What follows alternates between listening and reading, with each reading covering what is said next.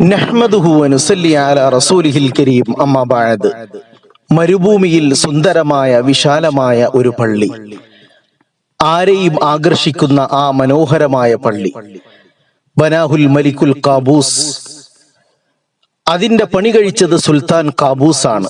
Oman സുൽത്താൻ കാബൂസിന്റെ ഹദിയയാണ് ഈ പരിശുദ്ധമായ പള്ളി. ആ രാജാവിന്റെ പേരിൽ ഇത് അറിയപ്പെടുകയും ചെയ്യുന്നു. അടുത്ത സമയത്താണ് ലോകത്തോട് അദ്ദേഹം വിട പറഞ്ഞത്. സുൽത്താൻ കാബൂസ് നല്ല ഒരു മനുഷ്യനായിരുന്നു. ജനങ്ങൾക്ക് ഒരുപാട് ഉപകാരിയും സഹായിയും ജനസേവകനുമായിരുന്നു. അദ്ദേഹത്തെ പ്രവാസികൾക്കും വിസ്മരിക്കാൻ കഴിയില്ല.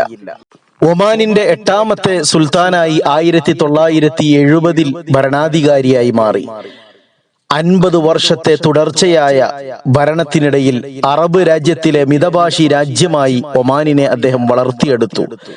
അറബ് രാജ്യങ്ങളിൽ ഏറ്റവും കൂടുതൽ കാലം ഭരണാധികാരിയായ ഒരാളാണ് അദ്ദേഹം.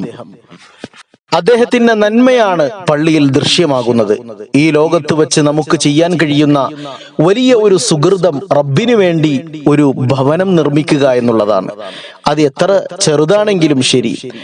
കാരണം മരണശേഷം അവശേഷിക്കുന്ന നന്മകളുടെ കൂട്ടത്തിൽ സ്വതക്കത്തെ ജാരിയ, എന്നെന്നും നിലനിൽക്കുന്ന സ്വതക്ക, അതൊക്കെ പള്ളി നിർമ്മിക്കുക, അതുപോലെയുള്ള എന്നെന്നും നിലനിൽക്കുന്ന ദാനധർമ്മങ്ങൾ ചെയ്യലാണ് അതുകൊണ്ടുള്ള വിവക്ഷ.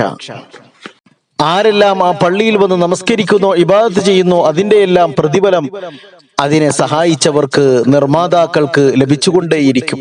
എന്ന് മാത്രമല്ല, അള്ളാഹുവിന്റെ പ്രവാചകൻ നബിയുന റസൂലുള്ളാഹി സ്വല്ലല്ലാഹു അലൈഹി വസല്ലം ഒരു ഹദീസിൽ പഠിപ്പിക്കുന്നു, മൻ ബന മസ്ജിദൻ ലില്ലാഹി ബനല്ലാഹു ലഹു ഫിൽ ജന്നതി മിസ്ലഹു ഔ കമാ ഖാല നബിയു സ്വല്ലല്ലാഹു അലൈഹി വസല്ലം. ആരെങ്കിലും അള്ളാഹുവിന് വേണ്ടി ഒരു പള്ളി നിർമ്മിച്ചാൽ സ്വർഗത്തിൽ അതുപോലെയുള്ള ഒരു ഭവനം അവന് വേണ്ടിയും അള്ളാഹു നിർമ്മിക്കുന്നതാണ്. അള്ളാഹു സുബ്ഹാനഹു വ തആല ആ സുൽത്താന്റെ ഖബറിലേക്ക് ഇതിന്റെ മിസല സവാബ് എത്തിച്ചു കൊടുക്കുമാറാകട്ടെ. നമുക്കും ഇതുപോലെയുള്ള ജാരിയായ സ്വതക്കകൾ ഒരുപാട് നിർവഹിക്കാൻ റബ്ബ് നമ്മുടെ ജീവിതത്തിൽ വലിയ തൗഫീഖുകൾ നൽകി അനുഗ്രഹിക്കുമാറാകട്ടെ. റബ്ബനാ തഖബ്ബൽ മിന്നാ ഇന്നക അൻതസ് സമീഉൽ അലീം വതുബ് അലൈനാ ഇന്നക അൻതത് തവ്വാബുർ റഹീം. ആമീൻ ബിറഹ്മതിക യാ അർഹമർ റഹീമീൻ. സല്ലല്ലാഹു അലാ മുഹമ്മദ് സല്ലല്ലാഹു